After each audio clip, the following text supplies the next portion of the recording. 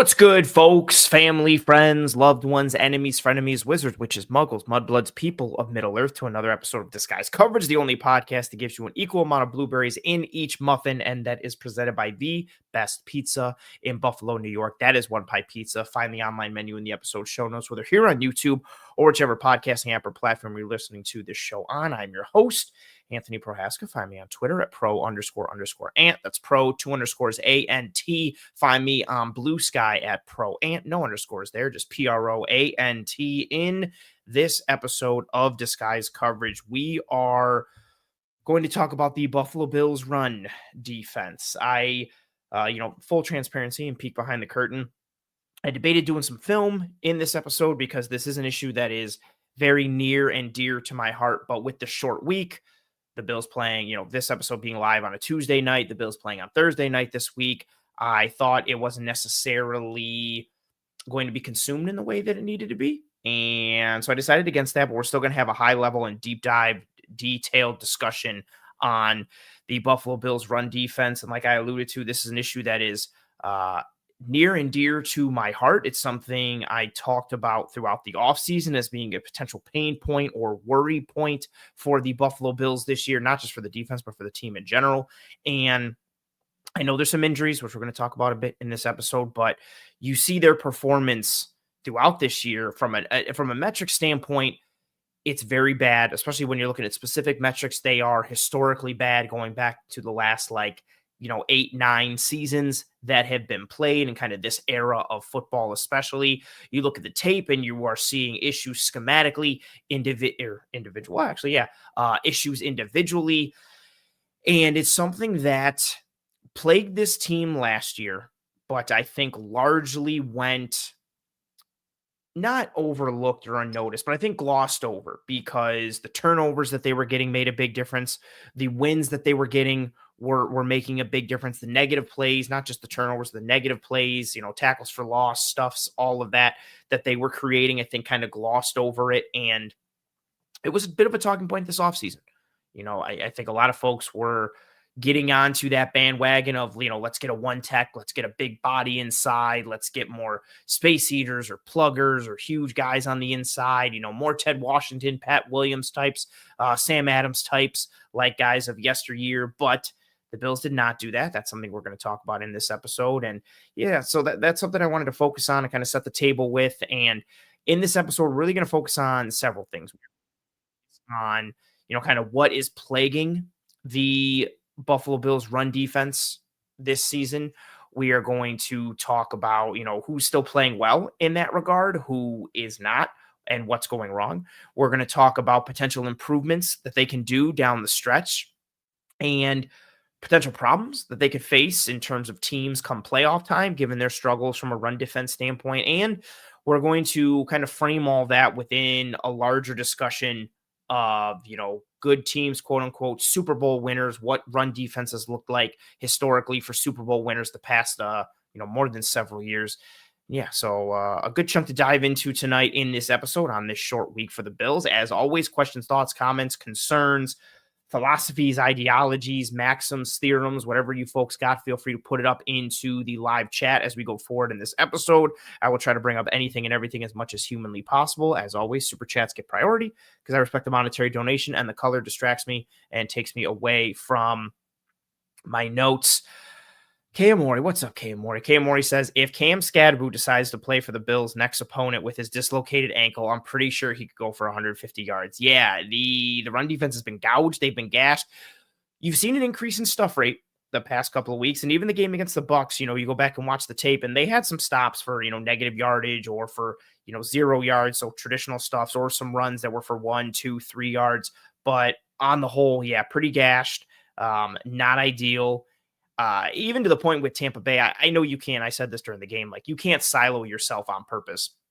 And Baker Mayfield, is a good quarterback, and they've got some weapons, even with Mike Evans being banged up and Godwin not being in there, or McMillan being in there. They've still got Ibuka and Shepard's having a fun year. Kate Otten can do some stuff, even without Bucky Irving as well. So, I know their pass game isn't necessarily what it was, and you don't want to silo yourself, but I said it during the game against the Bucs, I don't know why you're doing anything other than just running the football at the Bills over and over again, right down Main Street, keep it right at their spine. They were getting displacement. They were getting movement. They were getting it out of 11 personnel. They were getting it out of heavy personnel, condensed formations, some spread stuff. They were moving and grooving and people moving, dudes all over the Bills front.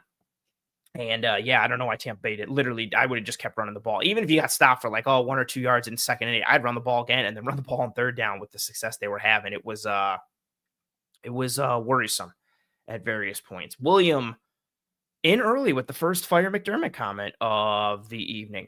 Fair, kudos to you, William. This comment here is, let's convert Keon to safety. You know, it's funny, in like a joke world. Not even a joke world.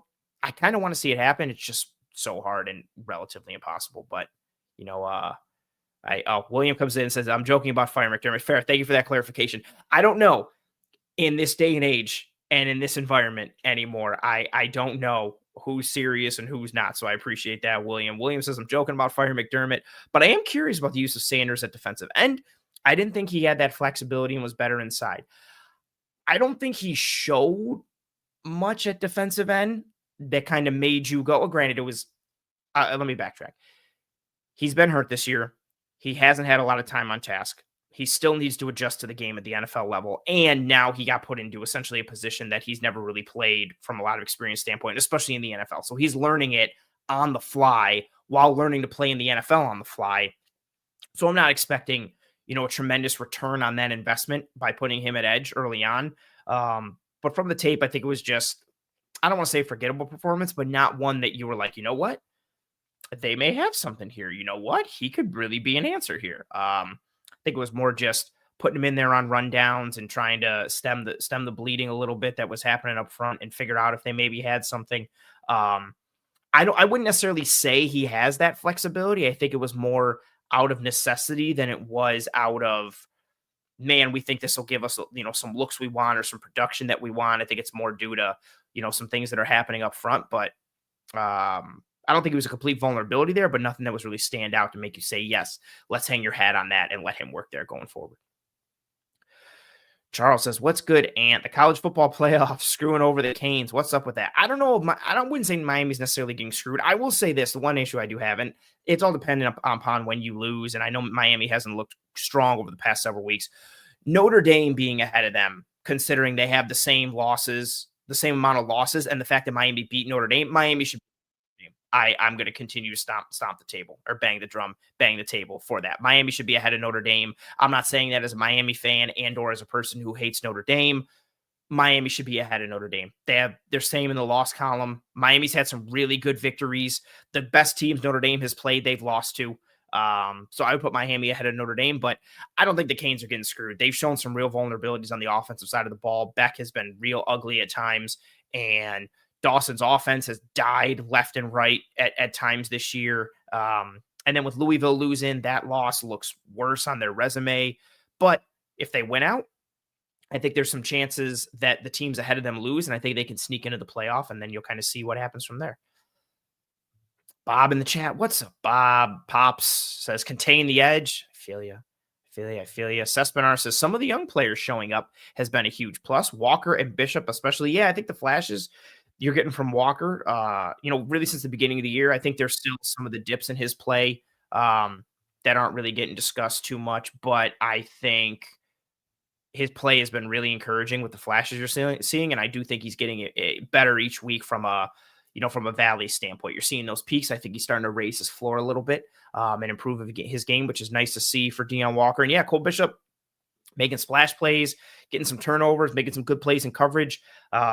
I think he's starting to really excel more in and around the box, which he was already best suited for, but he's also starting to make some plays the deeper he gets from the line of scrimmage, some good angles to the ball, some good plays in coverage.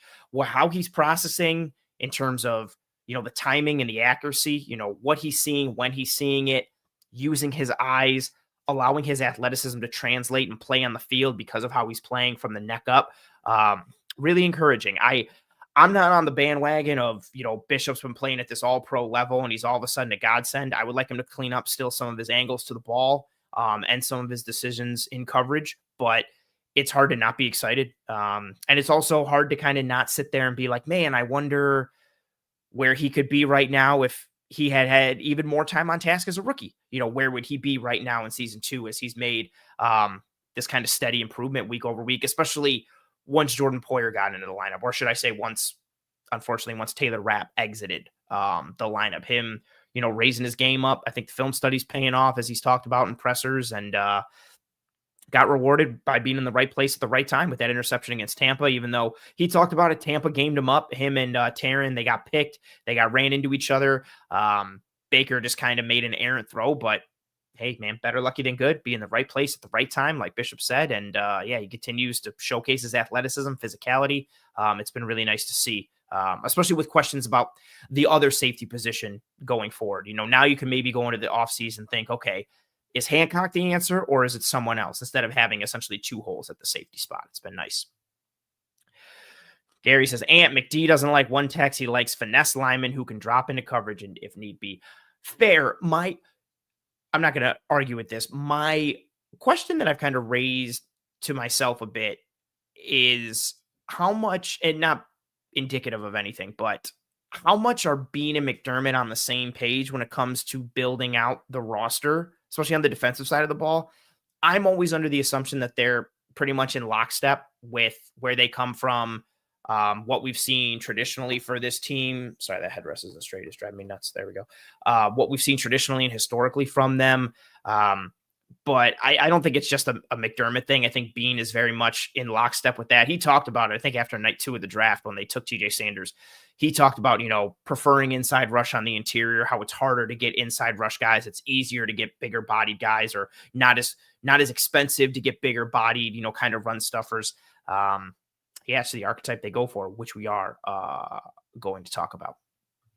RJ, what's up, RJ? RJ says it's so difficult to figure out how good this defense is. They have more injuries than the 49ers.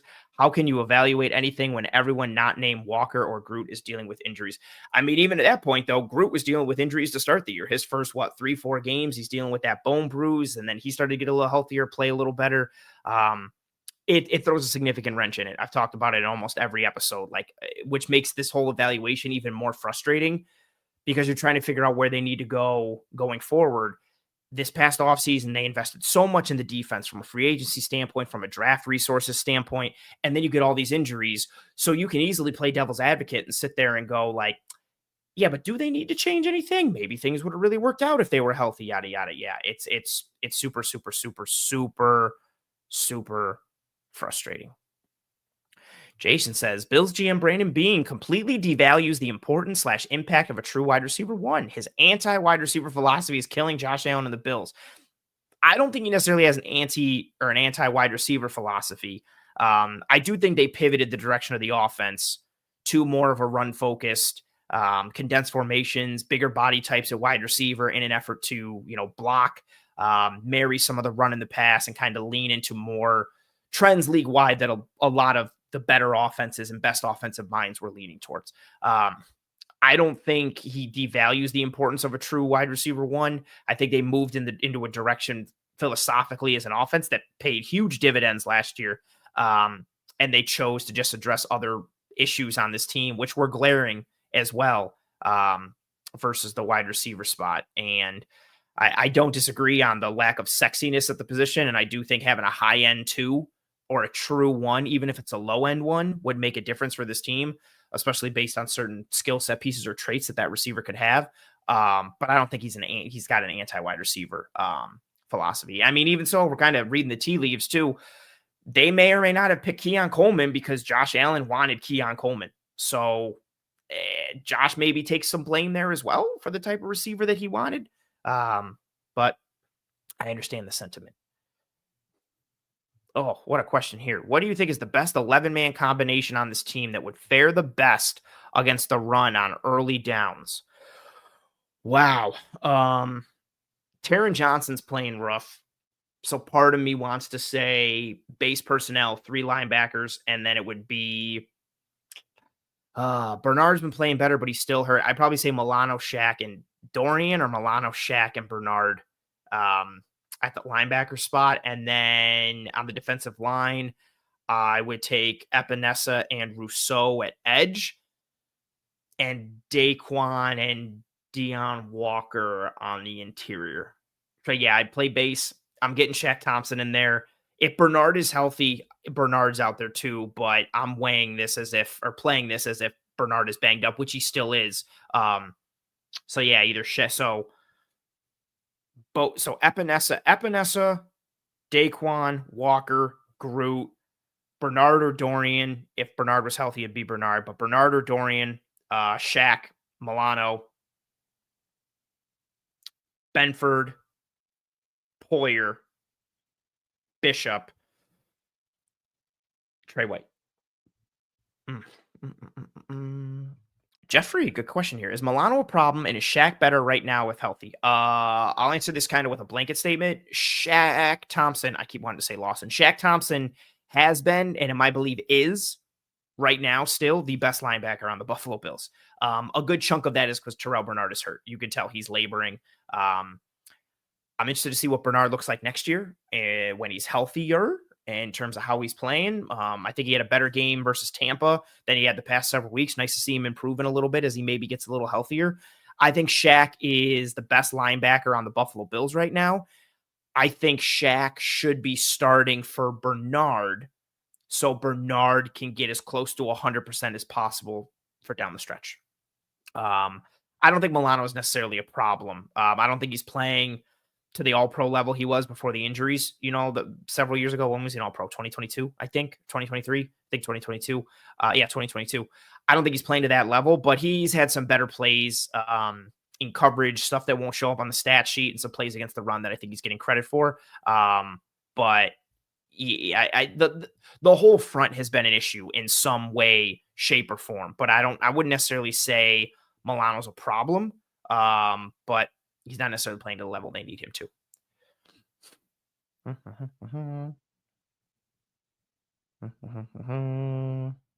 Oh, lots of Bob saying, does Bosa think he has help when he rushes? Seems to ignore setting the edge and gets burned. I'm guessing the go and that little the Shamrock symbol there's for Notre Dame. How dare you? I think some of it is Bosa taking chances and trying to penetrate and get into the backfield and make a play. And it kind of, he guesses wrong at times. Other times, I just think they're not executing up front. He's slashing inside.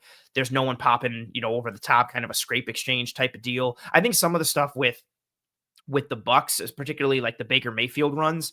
I don't think they were expecting Tampa to run the ball with Baker. When he showed that read option look, I think they were probably betting, oh, he's going to hand it off. Like Baker hadn't had a rushing attempt the previous 3 weeks.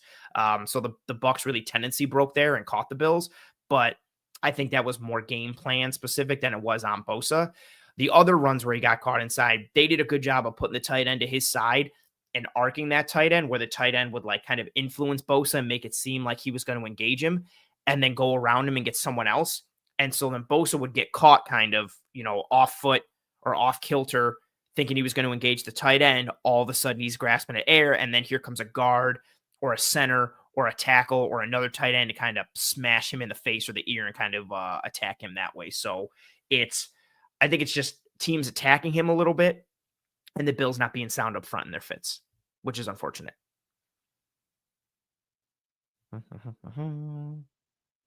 A lot of comments here. Questions. Steve says, will Thompson play for Bernard to allow him to get healthy? I would like to see that. And then Steve also said that I'd like to see Thompson and Williams together. I wouldn't mind it. I think Dorian is still inconsistent with his fits and responsibilities, but the athleticism and the violence are nice. Brian says, have you seen any encouragement from TJ Sanders yet? I'll give him a pass because he's an injured rookie, but I'm nervous because the pick felt like Dwayne Carter on draft day. Oof. I think he's better as a rookie than Carter was as a rookie.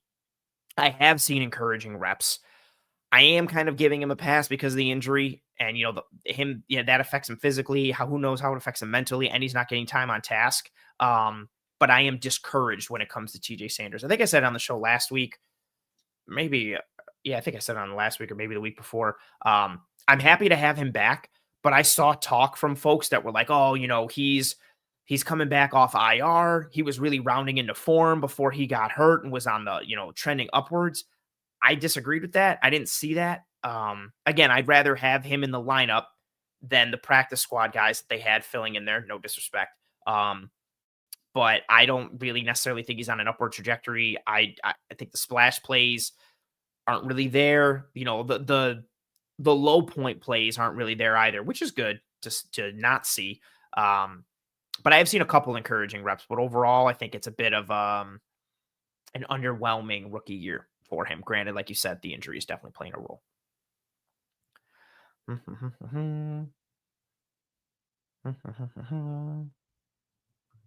Bob, did Cam have better, same, or worse receivers? If you're talking about Miami and Cam Ward, Beck has better receivers this year. Malachi Tony is sick. Daniels is sick. Marion is good. Restrepo was really fun for Cam Ward last year. But yeah, I would say Miami has overall this year. I think the wide receiver core is better than what Cam Ward had last year. William says his Mathis shown much as a run stuffer. A little bit, Fedarian Mathis, a little bit, but also getting displaced. To compare him to a practice squad guy who I wanted to get more time a couple of years ago, Ilianku didn't give you anything as a pass rusher, but was a force against the run and just would not get moved. I think Anku showed much more as a run stuffer positively and a lack of negatively. Mathis has had a couple good run defense reps, but a lot of subpar stuff where he's getting kind of blown out the gym a little bit, or thrown off the club, I should say. Jacob says, is there a schematic change to fix the run D? Oh, we're going to talk about it. Good question. Do you think Terran's regression this season is a byproduct of the pieces surrounding him, age catching up to him, a combination of both, or another factor that I haven't listed? I think injuries and not having consistent practice time and playing time is affecting him arguably more than anything. And I think some of the changes to the defense as a whole, Bernard playing next to him and being banged up, inconsistencies up front, them playing base a little bit more, kind of throwing things out of rhythm and his responsibilities. He's always been a really good run defender, and he's struggling to kind of trigger, shoot gaps, key, and read what's going on in front of him.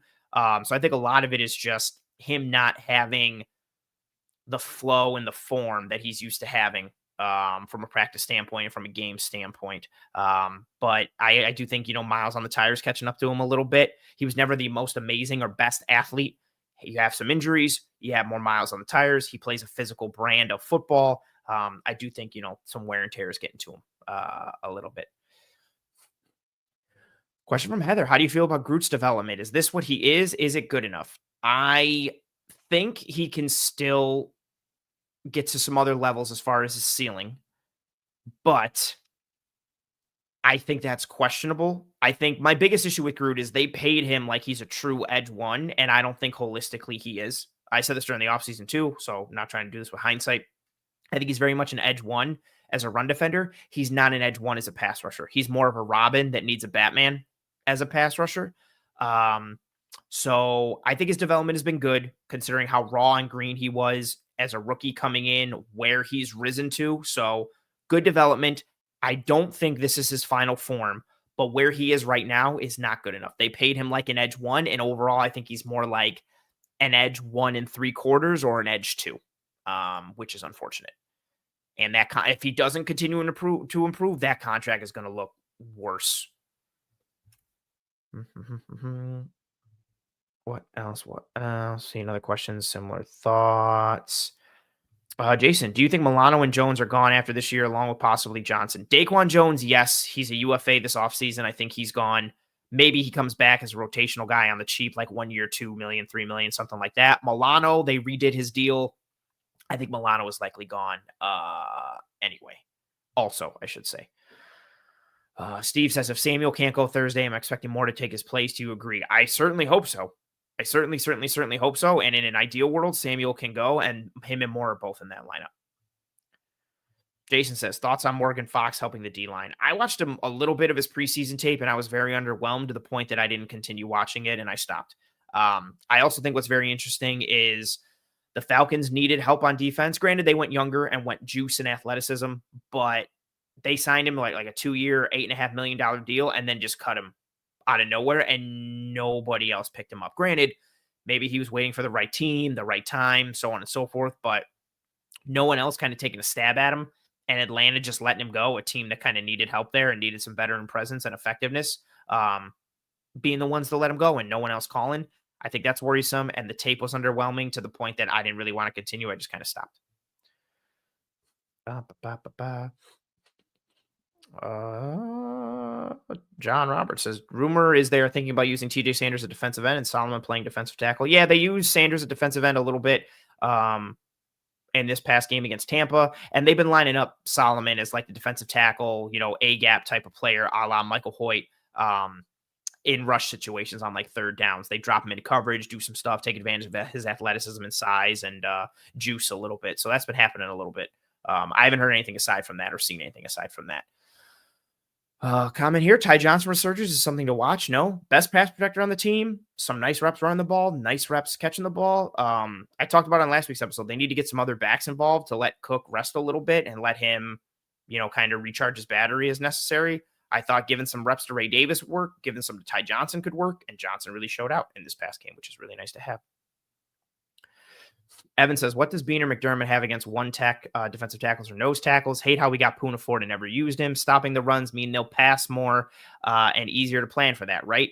So essentially what Bean and McDermott don't have anything against one techs or nose tackles, but they essentially prefer interior defensive linemen who are pass rush first, one gap, shooting gap type of players. They want guys who can get upfield, get penetration, get into the backfield, and rush the quarterback.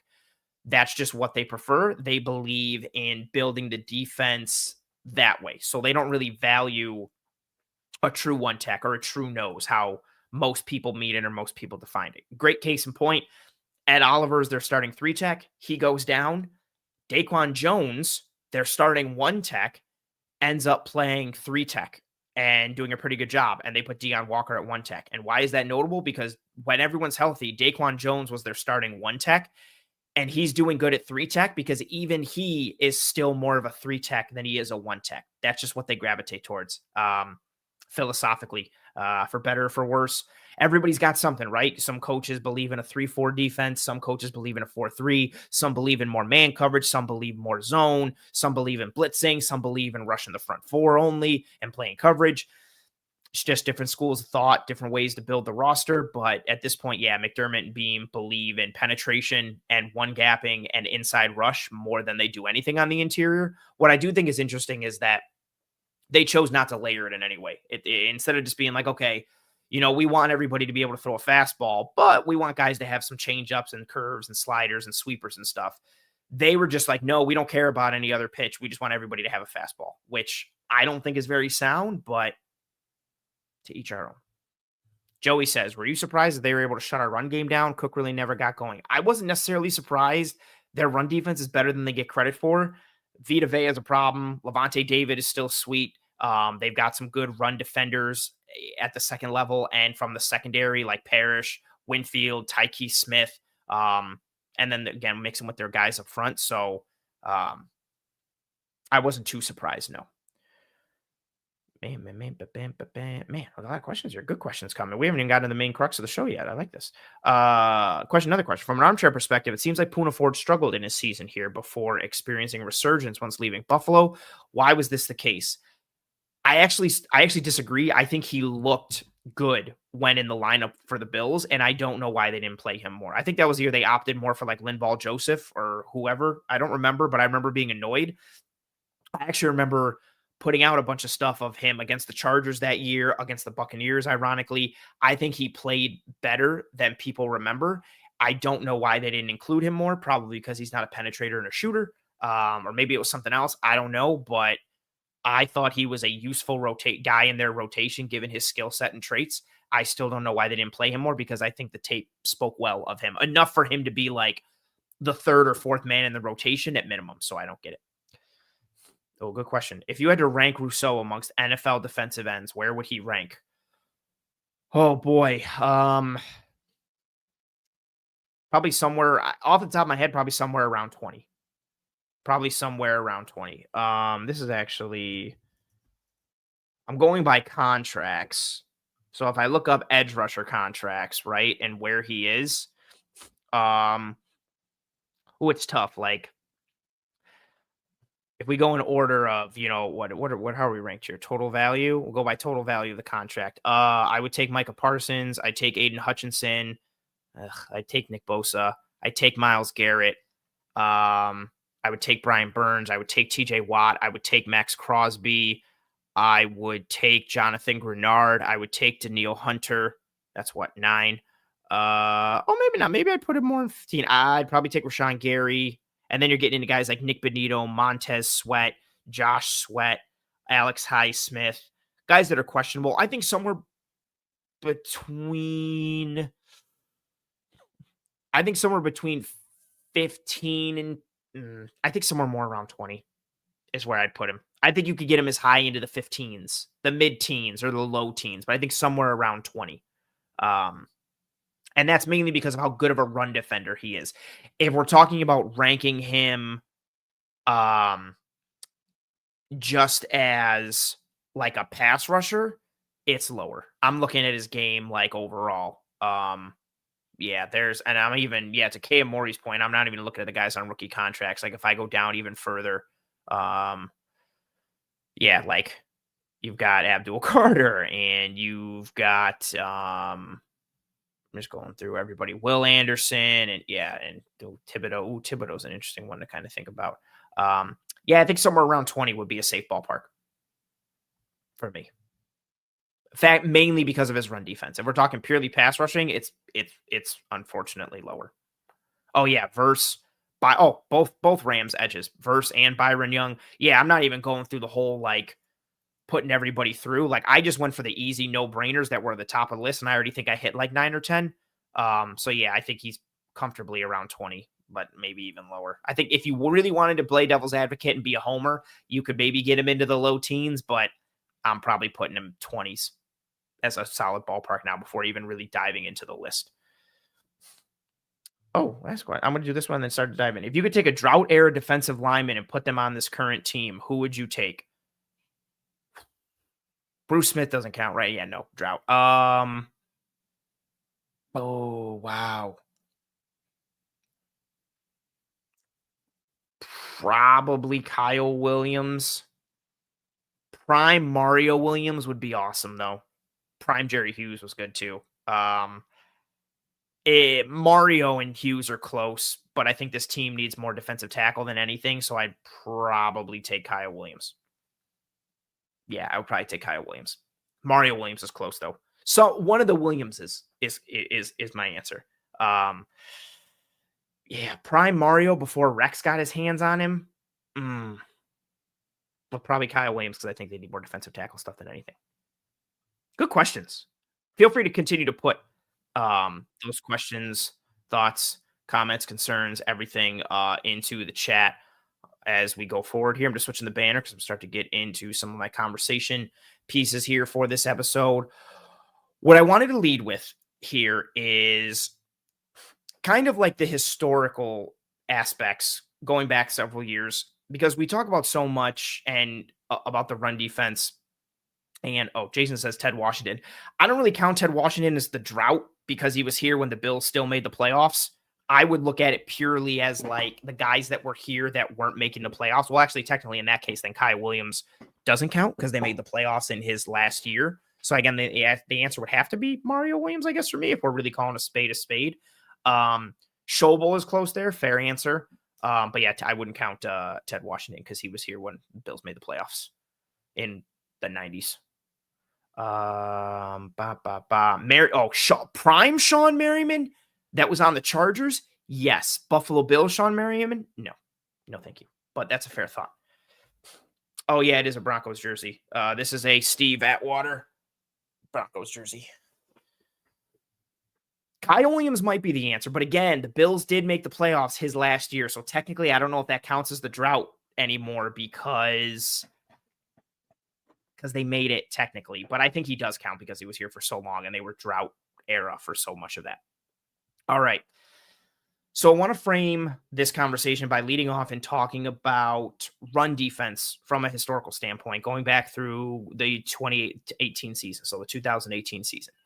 And again, this isn't the end all be all. There's context factors here, and there's the other side of the ball that matters. So I don't want anybody saying like, oh, you can't boil it down to just this one thing. Don't yell at me, relax. But I do think some of these numbers are very interesting when it comes to some run defense metrics for the Super Bowl winner going back through the 2018 season. So for reference, I want to put this all within the backdrop of where the Bills are right now. The Buffalo Bills currently in 2025, their run defense, some major metrics. I'm just going with 3 right now, right? They're 29th out of 32 teams. They're 29th in EPA per rush. They're 30th in run defense DVOA, and they're 32nd in yards after contact per attempt at 4.27 yards after contact per attempt. I want to start with the yards after contact per attempt. So again, they're last at 4.27 yards after contact per rush. The Falcons are the team that is below them at 31. Their average yards after contact, their average rush yards after contact per attempt is 3.87. So there's no other team this year that's above a 3.87. The Bills are at 4.27. So almost a full half yard more, which might not seem like a lot, but it is. If you go back through the 2018 season, that was as far back as Next Gen Stats goes. If you go through the 2018 season, the average team that was in last, 32nd, worst, however you want to verbalize it, the average worst rush yards after contact per attempt allowed per year from this past season of 2024 all the way back to 2018, the average was 3.51. Again, the Bills are currently 4.27. They're almost a full yard after contact per attempt worse than the average of the past 7 seasons. For reference, Miami was the worst last year at 3.7. Cleveland in 2023, 3.28. Houston was the worst in 2022 at 3.8. The Pats in 2021 at 3.4. The Bengals in 2020 at 3.4.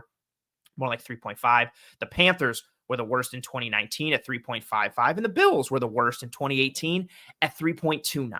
The Bills are having a historically bad defense from a tackling standpoint and from a rush yards after contact per attempt standpoint. Historically bad going through essentially the last 8 seasons as far back as I could track it through several metrics or sites. So bad, really bad.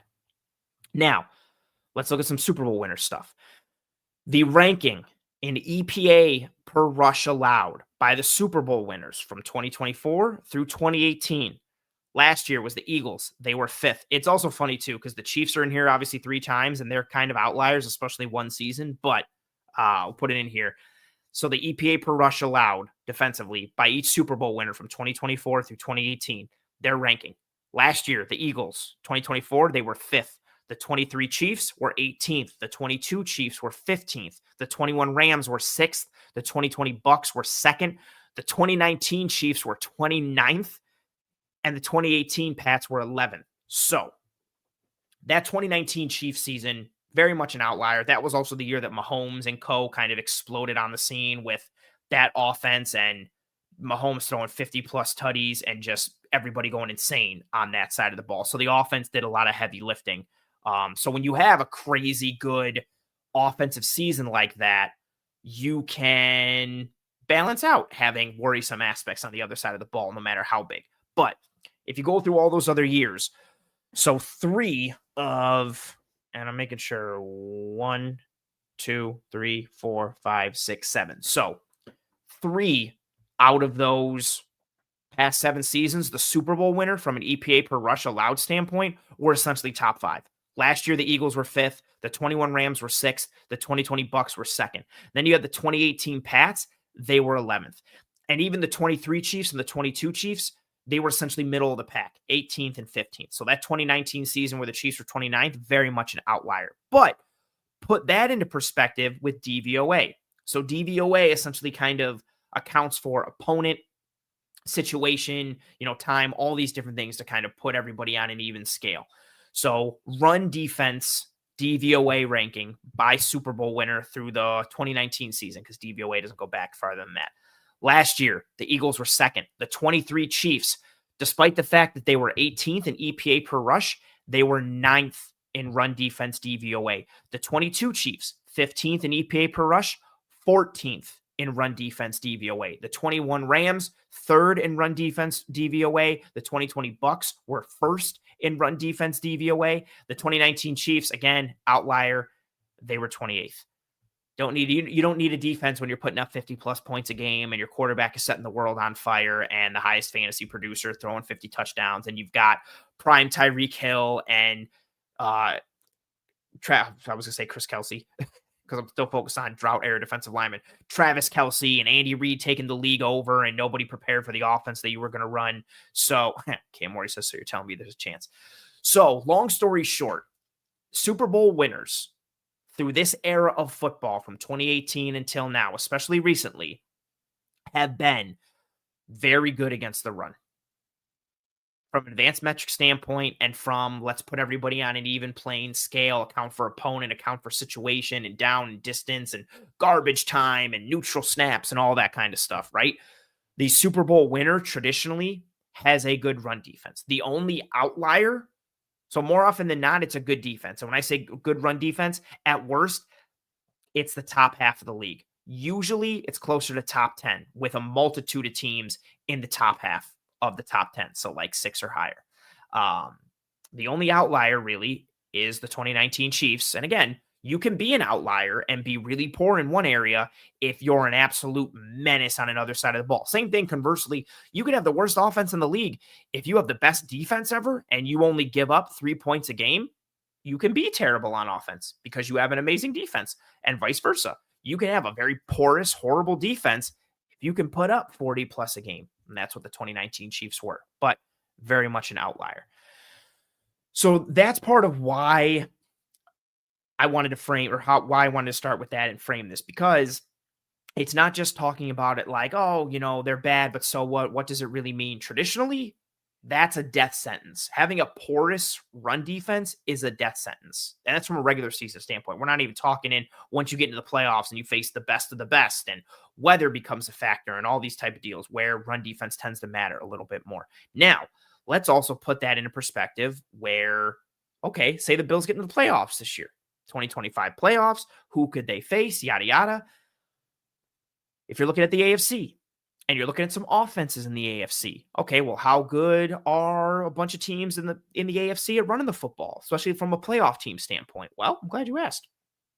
The Indianapolis Colts, they are 1st in EPA per rush by a lot, and they're 1st in rushing DVOA. The Jacksonville Jaguars are 4th in EPA per rush and 6th in rushing DVOA. The Baltimore Ravens are 9th in EPA per rush, 8th in rushing DVOA. The Kansas City Chiefs are 2nd in EPA per rush, 4th in running back runs only for EPA per rush. So it's not just like, oh, well, yeah, their EPA per rush is a bunch of Mahomes scrambles. No, even if you remove Mahomes and just do running back carries, they're 4th in EPA per rush for running back carries only. And overall, they're 4th in rushing DVOA. If you're focusing on, run success rate, only the Ravens fall out of the top 10. The Colts, Jags, Ravens, and Chiefs all stay in the top 10 when it comes to rushing success rate.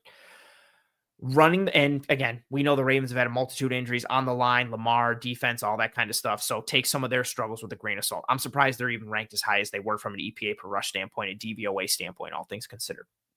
So that's why I wanted to lead with this, because it matters. Traditionally, teams that win the Super Bowl are not vulnerable from a run defense standpoint.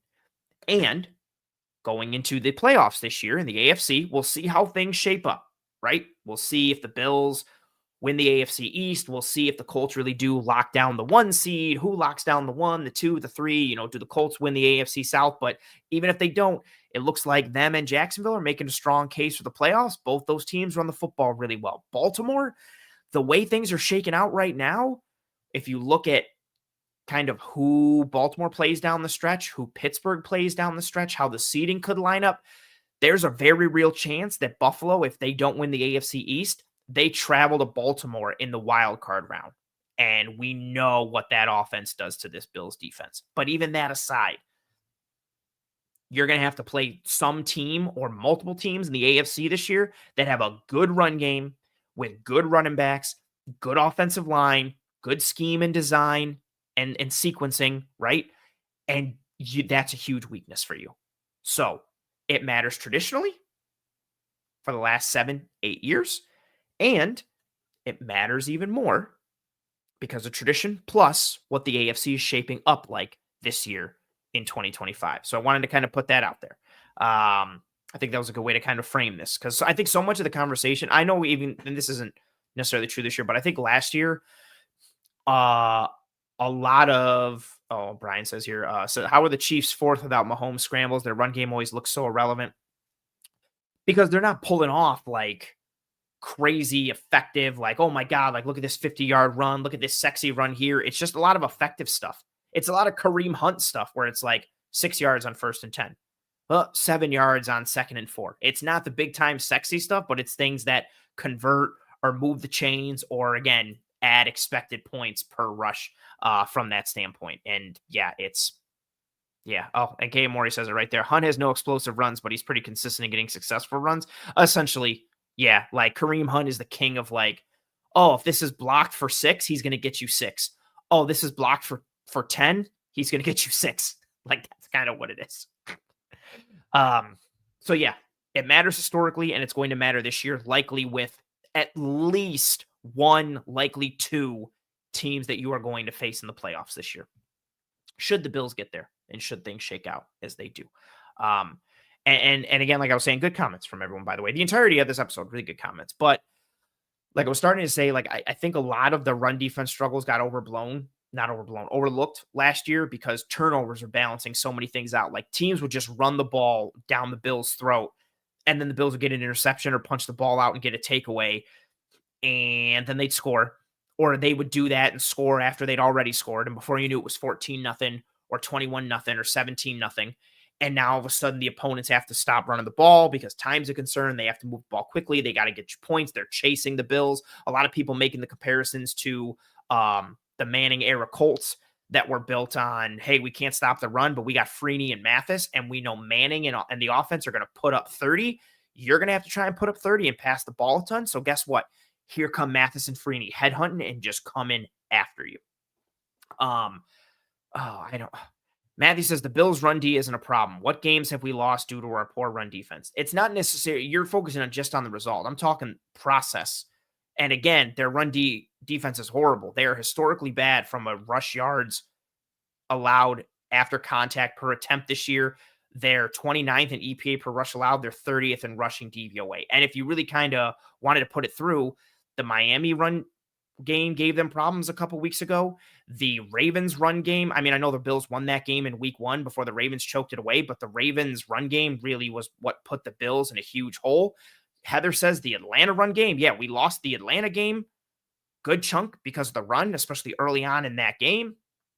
We very easily, I'm saying we like we played, very easily could have lost that Bucs game, very easily could have lost that Ravens game. I know they haven't necessarily lost a ton of games because they've only lost 3, but I think just focusing on the loss only isn't a sound process. Their run defense, again, from any metric you look at, is very bad.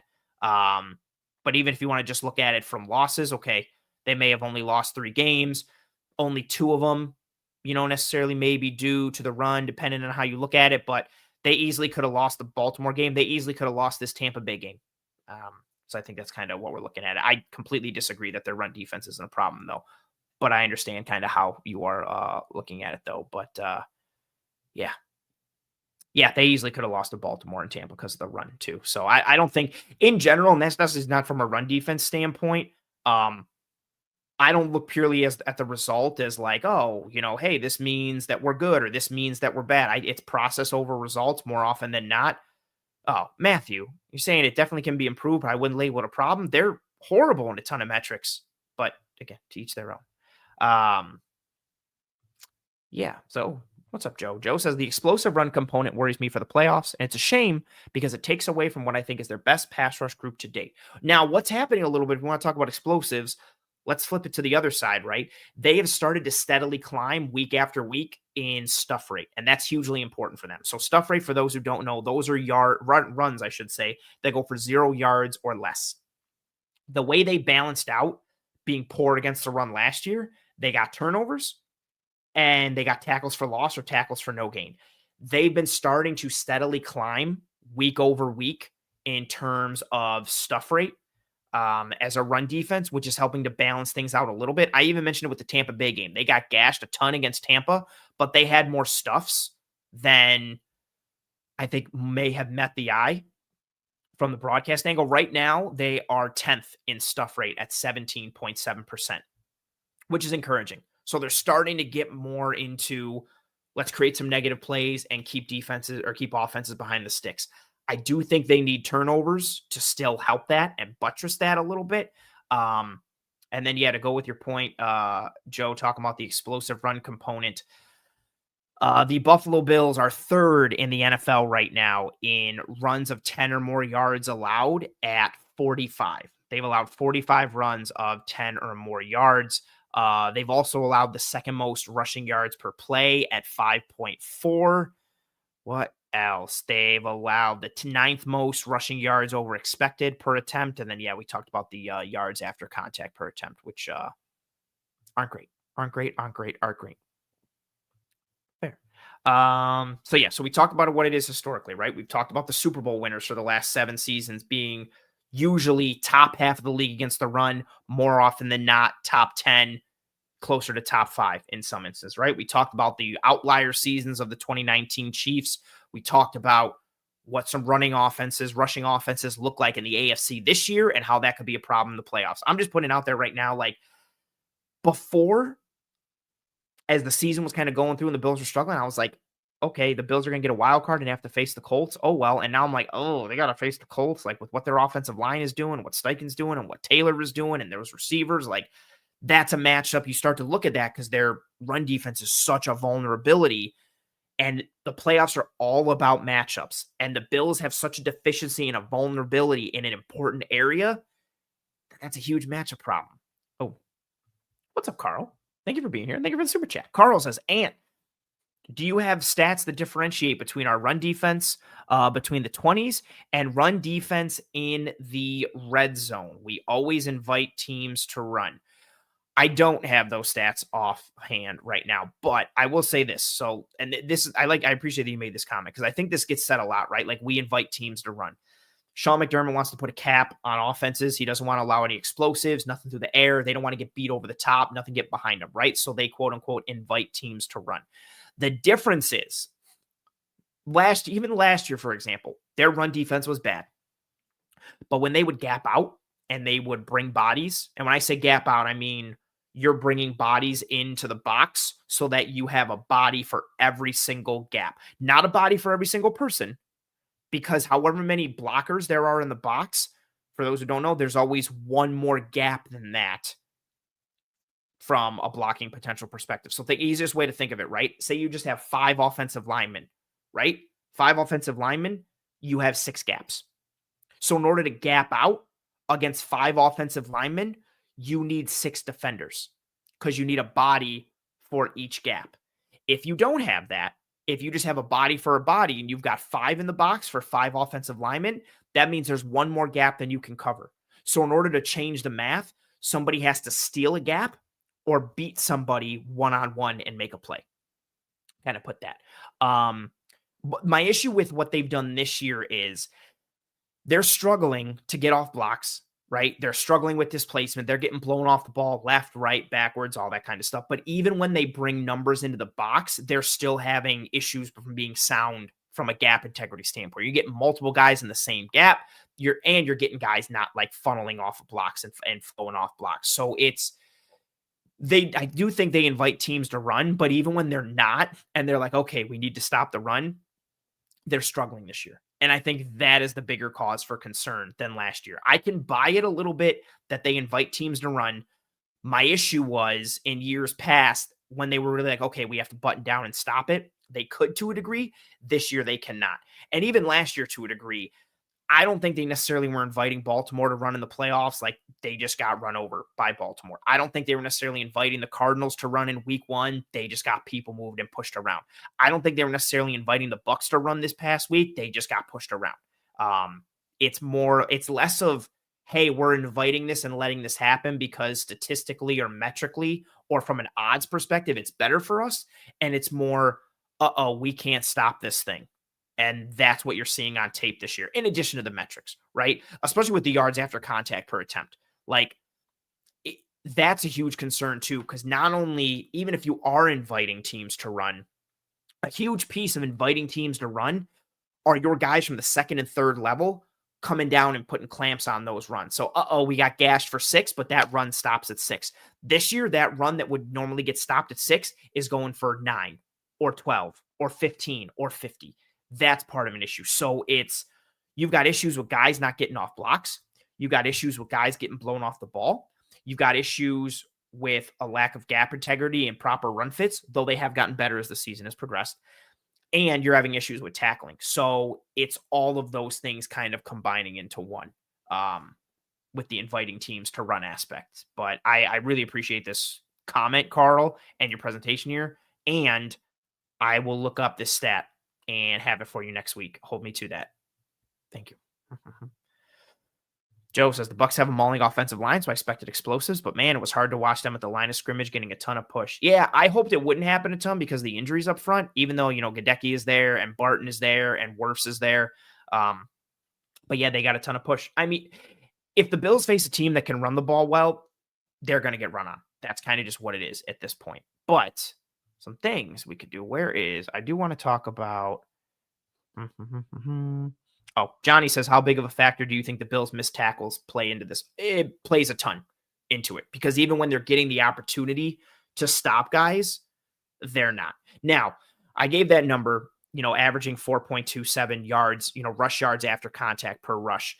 That can get a little wonky, right? So you could just get a hand on a guy and that could count as like contact and it wasn't really like a tackle opportunity. But I think when you watch it, it is symptomatic of what they are, which is they struggle to get off blocks because a lot of their front is undersized and some of their dudes are banged up, but they struggle to get off blocks. And then their tackling is also poor from a form and an angle perspective. So yeah, it's definitely influenced by the missed tackles. I don't think they would have given up as many 10 plus yard runs if their tackling was more sound. And I don't think they would have been gashed to, an explosive degree. I think they'd still be giving up like 5, 6, 7 here and there, but I think they'd be giving up less, 15 plus yarders, less 10 plus yarders if their tackling was better. I mean, even look at, it's just one play, but that Falcons game, right? If Rapp's angle is better against Algier or if Bishop's angle is better against Bijan or if Jamarcus Ingram, forces Bijan back inside, that 80-yard run, 70-yard run, whatever it was for Bijan, that becomes like a 9-yard run or a 10-yard run maybe, or Algier's 20-plus yard touchdown to open things up where he puts his shoulder through Rapp and dribbles him off the turf, gets stopped at the 5 and is maybe a 15-yard run instead of a 20-pluser. The Derrick Henry one where he dribbles Cole Bishop off the ground. Granted, that's Derrick Henry, but it's a lot of things. It's the missed tackles, it's the angles, it's the poor run fits, it's the lack of gap integrity, it's the lack of getting off blocks, it's the body types they bring in, it's the schemes, the structure, it's everything. That's why it's not as simple as, oh, well, they invite the run because from a metric standpoint, it's better than, inviting the pass. It's more of a vulnerability this year. I think when you look at it holistically from an individual standpoint, from a body type standpoint, from a build standpoint, from a philosophy and scheme standpoint. Now, this next part is what I want to get to. This is a good question that leads me into it. Is there a path for it to be fixed this season, or is the only path to score 40 points per game in the playoffs? One, I do think the healthier they get, the better their run defense will be. That's part of why I'm advocating for Terrell Bernard being able to sit a little bit. They need him to get back to shooting gaps, triggering, playing underneath blocks, and avoiding. Right now, he does not have the mobility to avoid climbing offensive linemen, and he's just getting buried. His strength isn't as like a necessarily a downhill player. The way he wins coming downhill is processing, reading, triggering, and winning with angles and, bend and some athleticism, right? He's not built to take on blocks, and he doesn't have that mobility right now because he's got a bum wheel. And so interior offensive linemen are just getting him and burying him because he's like 223 pounds soaking wet. Ed Oliver potentially coming back could help. We'll have to see what he looks like once he's really good to go. Daquan Jones, if he continues to get healthy. TJ Sanders continuing to get more time on task. Larry Ogunjobi starting to get into the flow a little bit. Deion Walker continuing on his upward trajectory. My issue with all of that is, even when you get dudes back, again, from a body type standpoint, going back to one of the points earlier with how they choose to build their interior and their defense, they don't have the horses that are going to, get you a bucket. They don't have the horses up front that are going to win one-on-one right now. And they don't have the horses that are built to anchor, to mitigate displacement, not get blown off the ball. So their path to kind of fixing things isn't really to fix things, it's to mitigate it a bit. And the way to do that is, one, get healthier. Two, they're going to have to be more sound in their gap integrity and their run fits. The best way for them to stop the run this year is very similar to what it was last year. One, it's game script, where they force their opponents away from the run because they're down by too many points. If the closer the game is and teams feel, hey, we're only down 10 or it's tied or we're up by 3, if teams can stay committed to the run, that's a huge problem. So one, they need game script to force teams away from the run. Two, like they did last year. Two, they can win with numbers. And when I say win with numbers, it means walking a safety down, playing a safety to the box, gapping out and winning with numbers. In order to do that, they just have to be more sound with their gap integrity and their run fits. And I do think they have been better these past several weeks, especially since Sean McDermott took over the defense. They've been much better in that regard than what they were previously, but they're still not great. So get healthy, be better in their run fits and or when they're bringing numbers into the box, and game script helping them. There is a path for it to be mitigated or be helped a little bit. I don't think it's going to be fixed. To be honest, I'm not trying to sound pessimistic. I don't think it'll ever be fixed with this regime unless one of two things happens. You either need to get yourself some horses to the point where you just have dudes that can get you a bucket and consistently win one-on-one, or you have to lean into the inside rush and penetration piece, and those dudes have to be so good at that aspect that it doesn't matter that they can maybe get blown off the ball. I use baseball analogies for so much. If you want guys that only throw fastballs, that can work, but you have to get dudes that all throw like 99 plus. That's what you need. And they don't have that right now. They've got guys that only throw fastballs, but several of them only throw like 94, 95, and that's nothing in baseball today. So they either need to get themselves some hitters, no pun intended, or some dudes who throw absolute heat, or they need to change the body type on the interior because their linebackers aren't going anywhere. Bernard is here to stay with his contract. I don't know if Dorian's going to be the starter next year or if they get another type of linebacker, but what they look for at that spot isn't really thumpers. And I think it's understandably so. Like, they don't look for guys who take on blocks. So unless they get themselves a unicorn like CJ Allen, not unicorn, but somebody who can dibble and dabble in both the run and the pass, like CJ Allen from Georgia or Anthony Hill from Texas, like dudes who are just like 6'3", 230 hammers coming forward, but also athletic and can move. That's not going to change at linebacker. And unless they change the body types on the interior, unless they start to go for more Tyleek Williams, Alfred Collins, Roy Lopez, free agent who's been doing sweet for the Lions that I wanted. I don't really think it'll get fixed going forward, even past this year. Fixed, meaning, hey, it's not a worry anymore. It's not going to get fixed unless they get some dudes who are just straight ballers up front, or get dudes who kind of go against their archetype one way or the other. I think for better or for worse, the life cycle of this defense is being built to stop the pass, which is understandable, and then hoping you can get turnovers and create negative plays to the point where it can balance out how much you get gashed and displaced and blown off the ball. And then also hoping your offense does enough to force teams away from running the football. I stopped doing questions for a minute, so let us answer some of that. Oh, good question here. Are our coaches improving the play of the players? I think McDermott taking over The defense schematically has improved some things. Um, it's just hard for me to sit there and answer this knowing how bad their tackling is bad, how bad their angles have been, and what we're seeing. Granted, they've had injuries and they haven't been a whole unit or a complete unit or been what they thought they were going to be coming into the season. So that is a huge variable. But I do think to a degree the coaches are improving the play. Mainly, I think Sean McDermott taking over the defense. I know they got housed in a bunch of ways against Tampa Bay, but the defense has been better since McDermott took over in the second half of that Atlanta game. Why does it seem like the Bills have been bad at tackling for the entire McDermott era? I think it's really just how they kind of preach. They're smaller, fast flowing type of a defense. And if your angles aren't right because you don't have a lot of mass, if your angle to the ball isn't right or you're not gang tackling, it's easy to have dudes get ran through. Like Terrell Bernard is a good example, right? Like, especially because he's hurt now and you're seeing it. If his angle isn't right to the ball, he's getting ran through because he's small and he doesn't have super long arms. So like when he gets his hands on Tez Johnson for the Bucks, who weighs like 160 pounds, yeah, he can grab him and kind of stop him in his tracks. But if it's Rachaad White on that, little screen on their first or second drive of the game, he's getting run through. If he's only getting an arm on a guy, he's getting ran through. And I think it's, the type of body types they gravitate towards.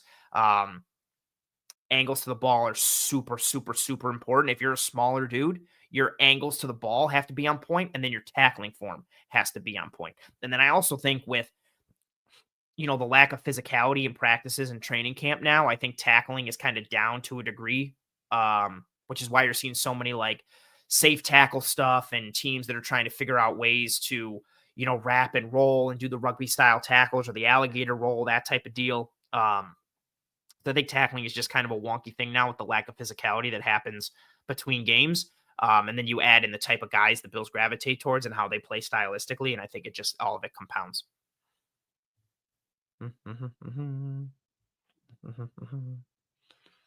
Jim Jack says they aren't running through tackles. The bad misses are players horizontal. How many times have we seen Bishop's flying arm tackle? I do think they are getting tackles run through, though. The Tampa Bay game, just because it's most readily available, I think, Bishop was getting run through a bunch with his arms. Bernard was getting run through some with his arms. Dorian was getting run through sometimes with his arms because he couldn't get off a block or two. I do think it's angles. I think it's a combination of poor angles to the ball, poor angles in pursuit, decisions within that, like cutting under a block instead of playing it over the top, flowing off of one another, and vice tackles or playing together as a unit and everybody quote unquote doing their 1/11th. And then also finishing at the tackle point with form. I think it's a combination of all of them. Ryan says, seems like we had some answers during the Panthers game. Do we just need Shaq? Two things with the Panthers game. One, I think the Panthers got away from their run game when they didn't have to and or shouldn't have. Mainly Rico Dowdle was doing sweet and they just decided to not give him the ball anymore. But game script helped a lot there. And yes, I do think they need Shaq. Joe says, what frustrates me the most about their run defense is that their inability to contain the run is a direct antithesis of their philosophy on offense. So much harder to control a game. I said it during the game and during this week. It's ironic how they built their offense and how they've done the exact opposite with the defense and just not really cared about stopping the run. It's not only like that they're built to stop the pass, it's that they almost like didn't care at all about stopping the run. I understand being like, hey, we want to stop the pass. That's our MO. But there's a difference between wanting to stop the pass and just seemingly not caring at all about the run. And with the body types they brought in year after year and the philosophy they have, it seems like they don't care about stopping the run, which is frustrating. Oh, Seth says hit that like button. That like button. Yes, please. Yes, please. Joe says, oh, Joe, you're hitting again. They need another or even two more true two-gapping bodies. I was so convinced that they were going to trade up. They were going to get Alfred Collins when they traded up. They have the rushers, but give me some true run stuffers. I get it with Alfred Collins because he was such a far-leaning guy to the other way. He gives you nothing in terms of pass rush pop, and he's all run stuff. So not having that, I understood why they wanted a little bit more. And again, he's so anti their philosophy. I can understand them not taking him, but yeah, when they traded up, I was hoping for Alfred Collins. That's awesome. Kayamori says that's wrong. And the team I watch in the NPB, the Chunichi Dragons, get completely silenced just by lining up guys that can throw 95 miles an hour. You know what's funny is I was gonna say, who is, you might know this better than me, or Joe, you might know it too. Whoever that sweet Japanese hitter is, who just got put on the market to come into the MLB this year. I forgot what stat I saw where he's like batting like 110 against pitchers who throw higher than 93 or 95. Yeah, Murakami. Yeah, some crazy stat where he's batting like horrible against I need to look it up. Murakami against, I think it's that. Oh, yeah, there it is. Oh, wow, yeah. Munetaka Murakami has shown significant struggles against high-velocity pitching in Japan's Nippon Professional Baseball. His batting average in the 2025 NPB season, Murakami, I went too high. Murakami hit Murakami hit 095 against fastballs 93 miles per hour or higher. His career average is 188 against fastballs 93 miles miles per hour or higher. Oh, since 2022, his contact rate against fastballs 93 or greater is only 63%. In 2025, his contact rate against fastballs faster than 93 miles per hour was an even worse 41.7%, a rate described as Joey Gallo at his nadir. Yeah. Yeah. Fair point. Thank you for that. Thank you. Both of you guys. Kayamori saying Murakami and Joe saying Murakami as well. Yeah. That's kind of it. Yeah. It's, and again, tying that into, again, the Bills piece there, like you can't be so like that. Like the Murakami example is actually like fair in this instance. It's fine to be like, hey, hitting fastballs isn't our strength, right? We're better at hitting off speed, or we're better at hitting slow stuff. Like that's understandable. But you just can't be completely deficient. That's what the Bills' run defense is right now. It's fine to be like, we're not the best run defense. We're 14th or we're 16th or 17th. You can't be 29th, 30th, 32nd, 31st, 31st, 30th, 28th in almost like every run defense metric. You can't be that deficient and that vulnerable. It can't be, again, like a Murakami situation where, all we have to do is throw him something harder than 93 and he essentially is completely ineffective and gets shut down. Cool, let's just do that. That's the issue that the Bills have right now with their run defense. It's not like, against fastballs 93 miles per hour or higher, he's batting, 260. He's batting, I need to go back because I can't remember how crazy it is. He's batting 095, like less than 1 out of every 10. You're not even on the radar with that, my man. And that's kind of where the Bills' run defense is right now. It's one thing to be built to stop the pass and struggle a bit against the run.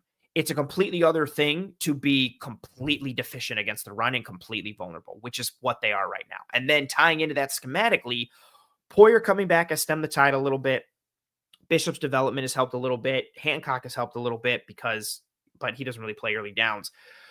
But then when you're playing more single high, early on, they were struggling too, because then you were forcing Taylor Rapp and Cole Bishop both into the post safety, single high safety role, and that didn't fit either guy. Bishop has gotten better in that regard as the season has gone along, but he's still better in and around the box right now and still learning how to play deeper. Good times. Good times. What else?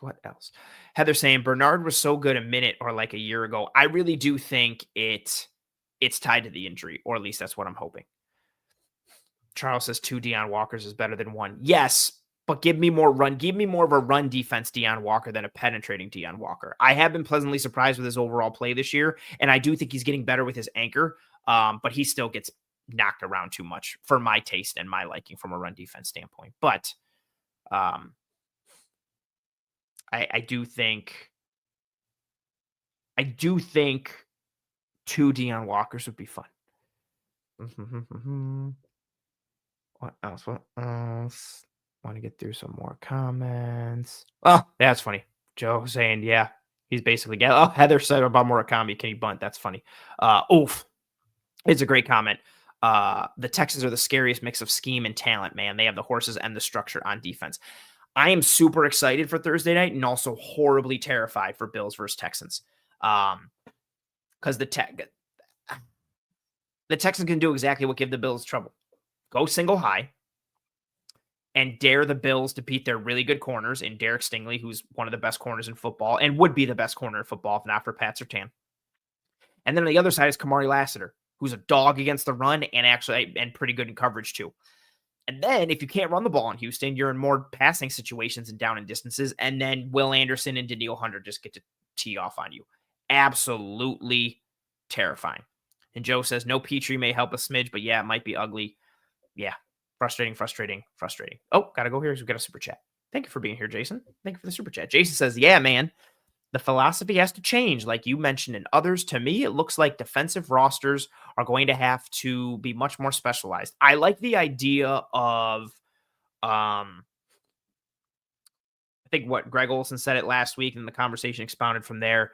I like the idea of becoming more situational, becoming more cognizant situationally than personnel wise, instead of like, oh, hey, they have 2 tight ends on the field, let's match with base, or they're in 21 or 22, let's match with base, and 3 linebackers, yada yada. Do we get more on, yeah, they're in 12 or 21 or 22, but it's still first down and they pass the ball 65% of the time on first down. So playing more of the tendency and the down and distance and situation. I do think, to me, the answer from a roster standpoint, from a body standpoint, I don't want to get too off topic here, but you need a Kyle Hamilton type defensively. And I know he's a unicorn, but what I'm saying is you need more of the big nickel. You need that nickel who makes you not necessarily impervious to mismatches in personnel, but you need somebody like that. You need somebody who you can sit and leave in there and who can function against 11 and 10 personnel in coverage, and then who can also function against 12 and 21 personnel when it comes to the run defense stuff. Again, I think it's really interesting. Like the Ravens are kind of at the forefront of that now. Like they went and got a Alohi Gilman so they could play Gilman and Starks back deep and then allow Kyle Hamilton to be big nickel after they did the opposite last year and let him play deep. He's so unreal. But I think big nickel is going to matter more and more. And I think having guys on the interior who can control gaps will matter. Now, you don't have to be huge to control gaps, but it is a skill set thing and it is a body type thing. And in theory, the bigger guys tend to be able to control their gaps a little better. I do think teams need more ass kickers on the interior. I do think we're starting to get away from penetration-based guys on the interior, or at least having that being completely, kind of the forte. And I do think you need to be able to match in a variety of ways. So to your point, yeah, I do think you have to get more specialized. I think defenses have to either need someone or someones who are a skeleton key for you, or to use another baseball example, like you either need a true ace or you need just a sweet bullpen that has like 3, 4, 5 really good arms and you can just match on any given night. And both of those things are hard because you either have to spend money or draft and develop the ace, or you have to spend money and acquire all the bullpen guys or draft and develop those guys type 2. So I think specialization is going to matter a lot going forward. I think that matters a lot. Yeah. Thursday's going to be interesting though, especially with how the Bills the offense played against Tampa Bay. I'm interested to see what they do against Houston, especially even though it's a short week and that's such a variable and so annoying that like, if the Bills get housed, I'm still in the back of my mind going to be like, well, it's a short week. And if the Bills house Houston, I'm still going to be like, well, it was a short week. So that's a really unfortunate variable, but it's going to be a tough matchup and one I am excited to see. So everything we talked about here. So the historical numbers, why they matter. Super Bowl winners the past 7 years, how they fared against the run, why that's important. Where the Bills are right now against the run, why that's important. Teams that they will likely see make the playoffs in the AFC and thus potentially face, why that's not necessarily good for the Bills. And then we've talked about body types on the interior and in the spine. We've talked about things they can do to improve. Again, this year it's going to be tough. You're just hoping that players take a jump and get better, especially the younger guys as the season goes on, or you start to just get better from a technique standpoint and from a run fit standpoint, and a gap integrity standpoint, which is possible. But I don't think the run defense is going to get fixed. I don't think they're all of a sudden going to become an amazing unit. I also do think turnovers are going to matter. If they can get turnovers, that'll help balance things a little bit. Essentially, they're not going to fix the run defense this year. They can just mitigate how much of a vulnerability or deficiency it is in theory, but it's tough. It is tough. Gonna grab some stuff. Marty says, I know we're on defense now, but I have a wide receiver question. When we were more successful in passing last week, were we more successful in passing last week because it was just receivers rather than roll guys, back shoulder guys, yards after catch guys, etc.? I think it was two things. I think Brady called a good game from a sequencing standpoint and a design standpoint. I think getting Curtis Samuel more involved was helpful as well, but I think a lot of it was just more tendency breaking. You saw more passing on first down. You saw more play action, especially on first down. You saw a couple play action passes that were based off of their core run concepts, also on first down. You saw, move in the pocket a little bit with some half boot type stuff. You saw, a little bit of the change in ratio from shotgun runs and under center passes, or flip that, under center passes, shotgun passes. So changing the rates, a little more passing from under center, a little more running from under shotgun. So I think it was more just tendency tweaking that led to them being more successful in passing, and then some Josh Allen unicorn stuff, right? Those, couple plays almost back to back where in the fourth quarter where he's stepping up. Hey, it looks like I'm going to scramble. Just kidding. I'm going to fire a dart in there real quick to Gabe Davis and then Dawson Knox. Him taking the shot to Shavers for the touchdown, which ironically, he had Gabe Davis open for an easy first down. He chose not to take it. This is a larger conversation I don't want to get into right now. So many things on this offense are just going to come down to Josh Allen's decision making. I don't think Brady is failing Allen as much as is getting talked about. I also don't think he's buttressing Allen as much as people give him credit for. Just like I didn't think Ken Dorsey was screwing Josh Allen as much as he got blamed for stuff. Sometimes Allen just does what Allen wants. And I think the touchdown to Shavers was a great example. He balls out and makes a ridiculous throw to Shavers on a scramble drill. But the reason he needed to do that was because he decided not to throw the ball to Gabe Davis for an easy first down on third down. Like, that's awesome. Unicorn play, mutant play, super cool, but also not sound, right? Also not good process. And that's kind of where we get back to with Josh Allen. But you take that stuff, you take the crazy, the wonkiness. The comment right here, I should have thrown it, but I didn't, is essentially what he said. I tweeted and I forgot the exact verbiage. You get some crazy stuff, you get some fun stuff, kind of take the good with the bad. We're back to the yin and yang of Josh Allen. But I do think, a lot of the offensive success was due to some of the tendency flipping from Joe Brady, and then Allen making some ridiculous plays on top of it. But I think it all stemmed from just some tendency tweaks. Again, they were super heavy into different areas. That way it wasn't like, oh, they're like 55-45 or 60-40. It was like, no, 80-20. 70-30. They were heavy. It was easy to kind of break them down and to see them telegraph what they were doing. Oh, Zach of all trades. I have not looked at prospects yet for 2026. Who are the top three techs the Bills are eyeing? I'm not even ready to laugh about that. I do agree. Wide receiver, linebacker, true one techs are high on my list. Safety potentially as well. I haven't gotten into the safety class, and there's no way Caleb Downs is going to fall, but I would take Caleb Downs. Jim Jack says, it's funny this happens every year. McDermott says you can't fix this during the year, but they don't fix it in the offseason either. I think that's a very fair comment, and that's why, again, this is another longer conversation. So much of their run defense issues come from the body types they choose and the philosophy they choose to run defensively. So many of their issues stem from that. And until they change that, that's why I said it earlier. I forget who asked that question. Until they change that, I don't see them fixing, quote unquote, the run defense. The only way to fix is if they change the body types and or philosophy, because both of those are tied pretty significantly hand in hand, or they just get some absolute bucket getters up front who just, it doesn't matter the scheme or structure or body type. They're just dudes who win no matter what and know how to get off blocks and can shoot and beat guys and win rate and all that kind of stuff. So it's tough. It's tough. It's tough. It's tough. Man, we'll see. It's a larger conversation. For those keeping track at home, I might do another episode later this week because the Bills play on Thursday. I didn't do an episode a couple weeks ago, so I'm technically behind one, and I want to get that back on the docket. So keep an eye out on the channel for another episode of Disguised Coverage.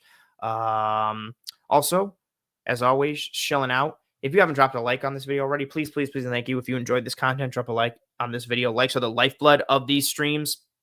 So please, please, please, and thank you. Drop a like on this video if you're watching live now or watching post live later.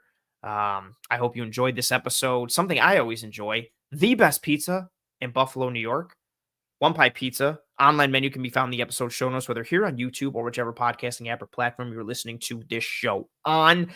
Toys for Tots is starting to happen for them. Bring some toys to them. You'll get a lot. You'll get a raffle ticket for each thing and a chance to win a multitude of prizes. I will confirm on those prizes as soon as I have those details for them. I love the holidays. I know a lot of folks do, but the holidays are unfortunately rough for some. And I think it's awesome to donate anywhere and everywhere you can come holiday time. So One Pie allows you to kind of kill two birds with one stone. You get the opportunity to donate and you get the opportunity to potentially win a prize, usually cool Buffalo sports memorabilia, merch, tickets, or some free pizza, free food, something like that. And then you get to get some food out of it or some prizes or just get some pizza, drop off a toy, whatever you got, do some good for the community and for your taste buds and get yourself some One Pie Pizza, sweet sauce pie, cup of char pepperoni, homemade blue cheese, actually really great salads. They have a catering division called Elevated Catering of Buffalo. That can also be found in the episode show notes, whether here on YouTube or whichever podcasting app or platform you're listening to this show on. And yeah, as always, I appreciate One Pie and all the good they do for the community. Toys for Tots is just another example with, you know, what they do, partnering with Roswell. I talk about it all the time, partnering with Roswell, the SPCA, the Alzheimer's Foundation. They're really good people making really good food. If you live in Buffalo, get yourself some One Pie Pizza. If you're visiting or you're up in town for a Bills game, don't be like Joe DeRosa and not get yourself some One Pie Pizza. I'm going to forever shame you for that, Joe. You know, Joe says the Bills are still 17th in play action rate for the week. I'm begging them to get in the top 15. Maybe they're not doing that because you didn't get One Pie when you came here and you decided to stab me in the back. But, you know, to each their own. Get yourself some One Pie Pizza. You said, I tried in all caps. Liar. Liar. You're a liar and a coward. It's hard for me to even sit in this chair with this knife in my back. Just uncomfortable. Joe says I was at the location. Convenient. Convenient for you and the location. And got told no more pizza. Why weren't you at the location earlier? Why weren't you there on a different day? The one who complains about the way the ball bounced is likely the one who dropped it. Just saying. It's hard to sleep with a knife in your back, Joseph. Just want to say that. Everybody get yourself some One Pie Pizza. Don't be like Joe. We'll throw up the banner that says Toodles, folks, because we are going to start to wind down. I don't care that you were at the game, Joe. Whose fault is that? I don't know why you chose that. That's your choice. You chose that path, my man. You have to live with the consequences, unfortunately. Yeah, I am talking like a wide receiver. What is it? The receiver speaks like the enemy is silent and holds a knife or something like that. I always forget what that tweet is. Yeah, well done. Well done, K-More. I like that. Hope you folks enjoyed this episode. Again, if you have not already, please, please, please, and thank you. Drop a like on this video here on YouTube before you exit. If you are watching here live, if you are watching post live, that's cool too. Please drop a like on this video. Likes are the lifeblood of these streams. Turn on notifications for the Disguised Coverage playlist. Subscribe to the Cover One channel and the multitude of content we have across the entire brand. If you're listening to the show on one of the podcasting apps or platforms, that's cool too. Please rate, review, and subscribe to Disguised Coverage on whatever podcasting app or platform you're listening to this show on. If you enjoyed this episode, which I hope you did, or you enjoyed the content, tell your family, friends, loved ones about it. If you hated this episode or you hate this channel or this show, tell your enemies and try and ruin their day by making them watch this episode. If you had something that I didn't get to in the comments here, I apologize. Put it into the comments on YouTube post show, and I will answer it there in the comments on YouTube, or Get at me on Twitter at pro__ant. Get at me on Blue Sky at proant. No underscores there, just PROANT. Or again, on Twitter at pro__ant. Get at me in the Discord. If you are an insider, DMing me is the best way to get me there. And yeah, thank you very much to Carl and Jason for your super chats. I appreciate it. I see the kind words that came in now and been coming in before that. Thank you very much, everybody, for tuning in. Whether you watch live now, watch post live later, listen on one of the audio apps or platforms, whatever form or fashion your support comes in, I am tremendously thankful for it and appreciative of it.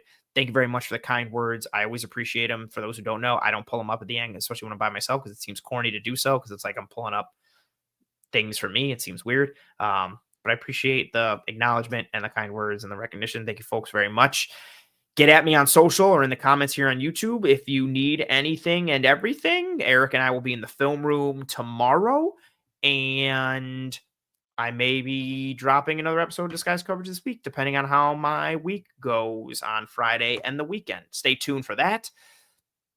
And I hope you and your family and friends and loved ones are all doing well and staying safe. Be kind to one another. Take care of one another. I will see you when I see you. Godspeed. And as always, go Bills.